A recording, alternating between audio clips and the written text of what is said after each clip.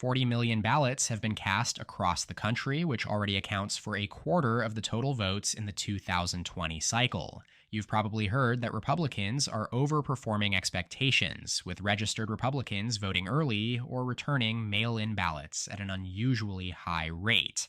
Let's dive into the data and build out a 2024 Electoral College map based on these numbers to assess whether Democrats have reason to be concerned at this stage. NBC News has a great tool tracking mail-in and early in-person voting across most states. As of this recording, 42% of these ballots were cast by registered Democrats, 40% by registered Republicans, and 18% by independents or third-party voters. It's no surprise that Democrats have a slight edge early on. Historically, they favor mail-in and early in-person voting, while Republicans tend to show up more on Election Day itself. With that said, the real surprise is how narrow the gap is. So rather than taking these numbers at face value, we'll dig deeper into polling data, demographic trends, and prediction markets to get a clearer picture of how things could shake out. Let's dive in. To start, the 4 states already marked as solid Republican on this map, Missouri, Kentucky, Mississippi, and Alabama, are those where NBC News does not have early voting data because the states haven't reported any results. However, each of these states voted for Donald Trump by at least 15 points in 2020, and there's no reason to believe they won't back him by a wide margin again once all the votes are counted. To keep things moving, I'll skip a detailed analysis of every safe state for each candidate. For former President Trump, early vote data suggests Republicans should dominate in the following states as expected: Montana, Idaho, Wyoming, Utah, and Alaska. Across the Great Plains, we have North Dakota, South Dakota, Nebraska statewide, along with the 1st and 3rd districts, Kansas and Oklahoma. In the South, Arkansas, Louisiana, Tennessee, and South Carolina are all showing their traditionally strong Republican support, while in Appalachia, West Virginia, and Indiana round out the list. Each of these states supported Trump by significant margins in 2020 and hasn't voted Democratic since at least 2008. Early voting numbers already show Republicans are already jumping out to massive advantages in every single one of these states, leading by margins of around 15 to 40 points. Together, they account for 125 electoral votes. Remember, 270 is the magic number needed to secure the White House.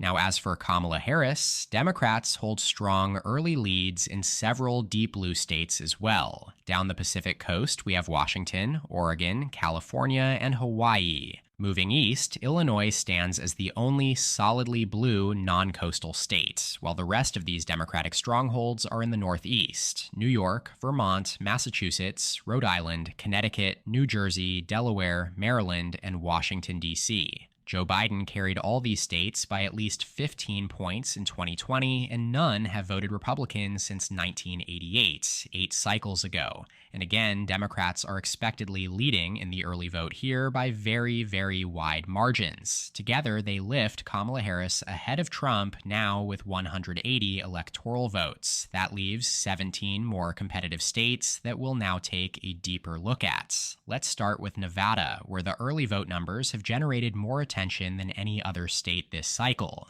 Typically, at this point, we'd be discussing the Democratic firewall here and whether Republicans could close the gap on Election Day. Yet with nearly 600,000 ballots already cast, almost half the total expected vote, Republicans are currently outnumbering Democrats by 6 percentage points. This is arguably the most concerning early data point for Kamala Harris's campaign this cycle. In 2020, the final early vote tally in Nevada, totaling 1.3 million votes, favored Democrats by 4 points, which allowed Biden to hold Nevada in the Democratic column by 2.4%. However, Nevada has shown a gradual Republican shift relative to national trends. In 2016, Clinton won Nevada by the same 2.4% margin, despite a narrower national popular vote margin, and in 2022, Republicans capitalized on this trend by flipping the governor's office. Current polling has Trump leading Harris by 0.9%, based on 43 surveys in the Decision Desk HQ polling average.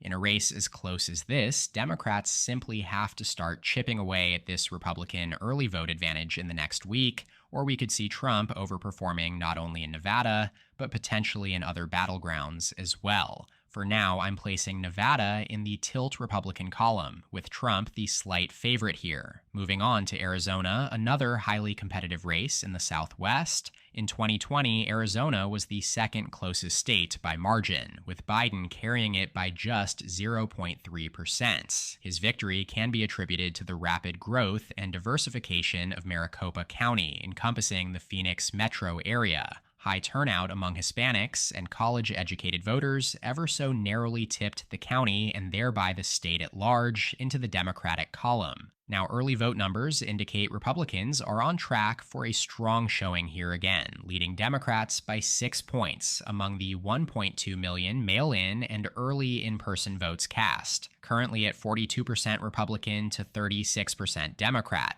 Comparing this to the 2020 election, where Republicans led Democrats by only 3 points, 38% to 35%, out of the 2.8 million early ballots returned, we see Republicans overperforming that number by 3 points. This shift is significant, as given Biden's slim 0.3% margin of victory in 2020, any Democratic slippage in Arizona could prove fatal for the party. Polling data also supports this trend, with Trump currently leading Harris by 1.9% based on 59 polls. Notably, Arizona has been the one core battleground state where Trump has consistently polled even with or ahead of Harris since Biden exited the race, so we'll place Arizona in the tilt Republican category, joining Nevada. Barring dramatic improvement in Democratic early vote turnout, Trump is favored to carry both states. Next are Colorado and New Mexico. 2020 notably marked the first time in over 50 years that Colorado voted to the left of New Mexico as it trended hard to the left to favor Joe Biden by almost 14 points,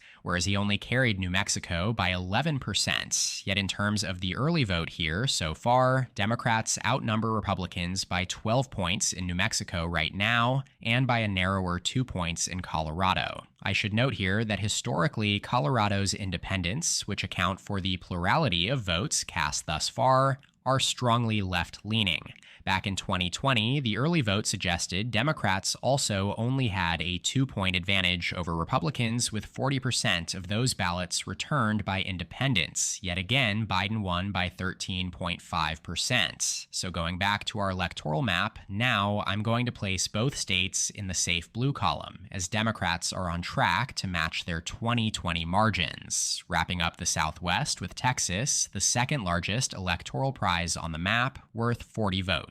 With just the first few days of early voting, Texas has already seen over 4 million ballots cast, more than any other state. Republicans currently hold an 18-point lead in the early vote, with 54% to 36% over Democrats. In 2020, when Trump won Texas by 5.6%, the narrowest Republican margin in Texas this century, the early and absentee vote leaned Republican by 17 points, with over 9.5 million ballots cast. So the early 2024 numbers we're seeing here seem to track pretty closely to 4 years ago, as Republicans are up about a point here.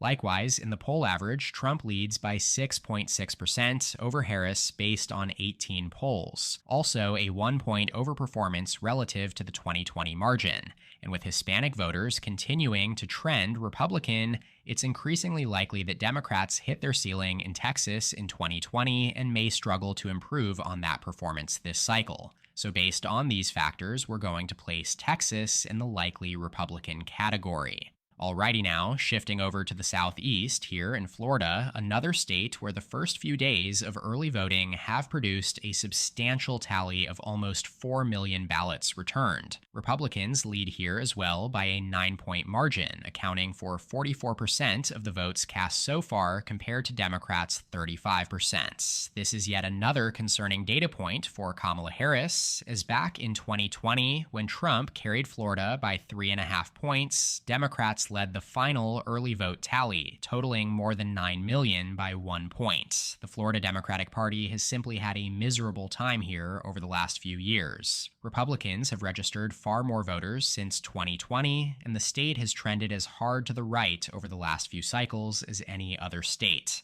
Remember back in 2022, Republicans saw a localized red wave here as Florida re-elected Governor Ron DeSantis and Senator Marco Rubio by landslide margins of more than 15 percentage points each. And now in 2024, the polls suggest Trump might win Florida by the largest margin for a presidential candidate in decades. Back on our map, Florida joins Texas in the likely Republican category. Next up is Georgia, the closest state in 2020, where Joe Biden flipped the peach state blue for the first time in 30 years, winning by a razor-thin margin of 0.2%. Similar to Arizona, Biden's victory could be attributed to the rapid growth and diversification of its largest population center, Atlanta, where record turnout among black voters tipped the state ever so slightly in Biden's direction. One of the stories of this election cycle is the potential for radical racial depolarization as black and Hispanic voters trend toward Trump. Polling crosstabs between October 16th and 31st indicate that Trump is up by over 20 points on average among black voters relative to 2020, a shift that could be particularly detrimental to Democratic chances in Georgia. This trend is also reflected in the overall numbers, as the latest polling average shows Trump slightly favored, leading Harris by 1.3% based on 55 polls in the Decision Desk HQ average. In terms of early voting, Georgia is again seeing a record number of ballots cast early, with early voting surpassing halfway to the total turnout of 2020. So far, around 2.8 million ballots have been cast early or by mail, with Republicans leading by 4 points, 49% to 45%. Interestingly, this is a relatively positive sign for Democrats. Back in 2020, Republicans outnumbered Democrats by 8 points in early voting out of 4 million ballots. While Democratic numbers are probably still inflated due to the overrepresentation of mail-in ballots, which tend to be cast first and lean far more Democratic, the Harris campaign will take the positive indicators where they can get them at this point. For now, we'll keep Georgia in the tilt Republican category on our map as we continue to monitor these numbers over the next week.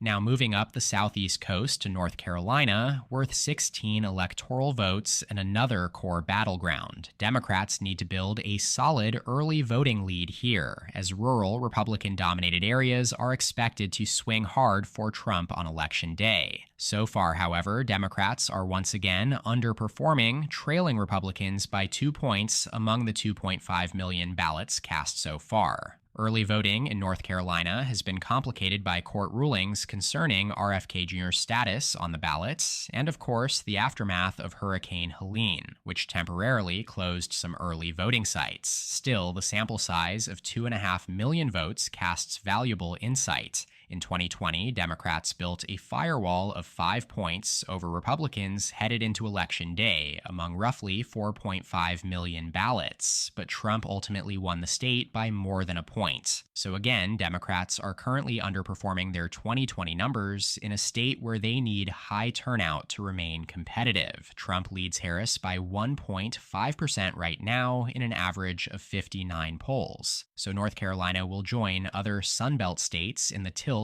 Republican category on our map. We have 9 states to go now, with former President Trump leading in the race to 270 electoral votes, with 244 over Kamala Harris's 195. Let's turn to the Midwest, starting with Harris's running mate, Tim Walz's home state of Minnesota. In 2020, Joe Biden carried Minnesota by a 7-point margin, with Democrats leading the early vote by 13%. Today, with nearly 1 million ballots returned, Democrats lead Republicans by 22 points. This lead has slightly narrowed over the last few days as the first waves of mail-in votes have given way to early in-person ballots. Still, on our electoral map, we'll place Minnesota comfortably in the likely category for Harris and Walz. Now turning to Iowa and Ohio, these are 2 of the fastest right-trending states in the country. Both voted for Barack Obama in 2008 and then again in 2012, before Donald Trump won them by at least 8 points in both 2016 and in 2020. As of today, Democrats hold a 4-point lead over Republicans in Iowa, with 300,000 ballots returned. This is another significant underperformance for Democrats compared to 2020, when they led early voting by 12 points before Election Day shifted the state to an 8-point win for Trump. Over in Ohio, Republicans are actually underperforming a bit. They lead Democrats among the 2.3 million ballots returned so far, but this is a 1-point drop from the 10-point early vote lead Republicans had in 2020 among the 3.3 million early ballots cast. While Republicans still have time to build on this margin, there's also some evidence that Democratic losses in Ohio and broader Appalachia may be slowing. Democrats saw minor gains in suburban areas in the 2022 midterms, and currently Trump leads Harris by about 6 points in Ohio based on an average of 14 polls. Notably, each of the last 7 surveys shows Trump slightly underperforming his 2020 margin of 8 points. So, on our map, Iowa will go into the safe Republican column, while Ohio remains in the likely Republican category for now. Now let's focus on the core Upper Rust Belt trio, the WIMPA states, Wisconsin, Michigan, and Pennsylvania, which will again play a decisive role in this race. These states have voted together in every election since 1988, backing Democrats every time until they narrowly flipped to Trump in 2016 by less than a point, giving him the necessary votes to reach 270. However, they all flipped back to Biden in 2020, securing his path to the presidency. Now again, for the 2024 election, both candidates' paths to 270 likely hinge on winning at least one of these states. For Kamala Harris, she might need all 3. Even if Trump were to sweep the 4 Sun Belt battlegrounds like he does here, Harris could still reach 270 electoral votes with a clean sweep of the Rust Belt states. Starting in Wisconsin, it's generally considered the most Republican-leaning state of the upper Midwest trio, demographically and fundamentally. Wisconsin has consistently voted to the right of Michigan and Pennsylvania in recent cycles, and its wider, more rural population makes it especially sensitive to Trump's strength among white working-class voters. In both 2016 and 2020, Trump notably outperformed the final polling averages here by over 6.5 points. In 2016, he trailed Clinton by around 6 points. And in 2020, Biden led by over 8 points, yet Trump now holds a slim lead of 0.4% over Harris in the 2024 polling average based on 67 surveys. On the early voting side, the initial mail-in ballots gave Democrats a head start, but the advantage has narrowed as early in-person voting has continued. With over 800,000 ballots counted, Democrats lead Republicans by 12 points, a margin that continues to shrink daily. For comparison, Republicans outpaced Democrats by 8 points in the nearly 2 million votes returned before Election Day in 2020. It's simply a matter of waiting to see if Republicans can overtake Democrats in early voting, and then by how much. Current betting markets on Polymarket suggest that Trump holds a 57% chance of winning Wisconsin, and I tend to agree with the public's consensus. For those who've been following, I've consistently been skeptical of Harris's chances here, even when she led earlier in the cycle. So for now, I'm placing Wisconsin in the tilt Republican category on our map. It's a different story in Michigan, where I've generally been more optimistic for Harris than the general public. Michigan is fundamentally the bluest of the 3 WIMPA states, having backed Biden by nearly 3 points in 2020, and Democrats have performed strongly in down-ballot races since then. The latest polling average via Decision Desk HQ has the 2 candidates in an exact tie based on their 64 poll average, with the lead continuously flipping back and forth over the last few weeks. In terms of the early vote, almost 1.5 million votes have already been returned, and Democrats hold a 14-point advantage, 52% to 38%. Again, this Democratic edge is narrowing on a daily basis. Back in 2020, when Biden won Michigan by 2.8%, it was Republicans who outnumbered Democrats by 2 points among the 3.2 million early or mail-in votes. So with that in mind, I'm going to place Michigan down as tilting Democrat for Harris here right now. I think if we do see these 3 states split, the most likely to diverge are Wisconsin and Michigan, whereas Pennsylvania will vote somewhere in between. Speaking of Pennsylvania, it's the most essential battleground on the map, worth 19 electoral votes. Nate Silver's latest presidential forecast gives Pennsylvania a 31% chance of tipping the election either way, with both Harris and Trump's odds of securing 270 electoral votes skyrocketing to nearly 90% should they carry Pennsylvania. The polling average currently shows Trump leading by 0.2% based on 88 polls, more than any other state. The margin has hovered within the realm of a typical polling error since Harris took over as the Democratic nominee. Simply put, Pennsylvania is truly as purple as it gets, a true 50-50 battleground. In terms of early voting, 1.2 million ballots have already been returned. Pennsylvania doesn't have traditional early voting. Voters must request a mail-in ballot in person at the county clerk's office. These ballots are expected to lean heavily Democratic, and the data reflects that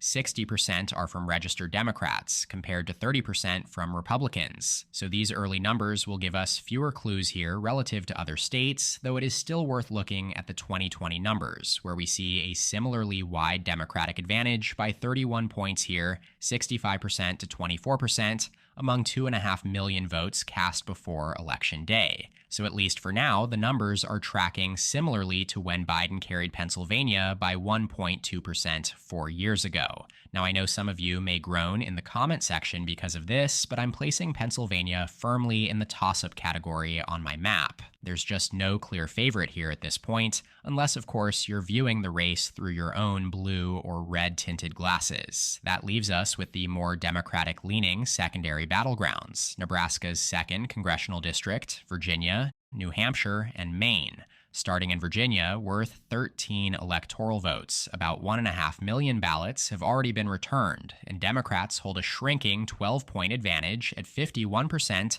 to 39%. Virginia voted for Biden by 10 points in 2020, the largest Democratic margin since FDR in 1944. With early voting making up more than half of the total votes in 2020 and leaning Democratic by 8 points, Democrats are on a strong track here, even accounting for the early inflation of mail-in ballots. I'll place Virginia in the likely blue column for Harris. Next, up in New England with New Hampshire and Maine, both states were decided by narrow margins in 2016, as Hillary Clinton narrowly held Trump off by less than 3 points, but they swung hard to Biden in 2020 by 7 points in New Hampshire and 9 points in Maine.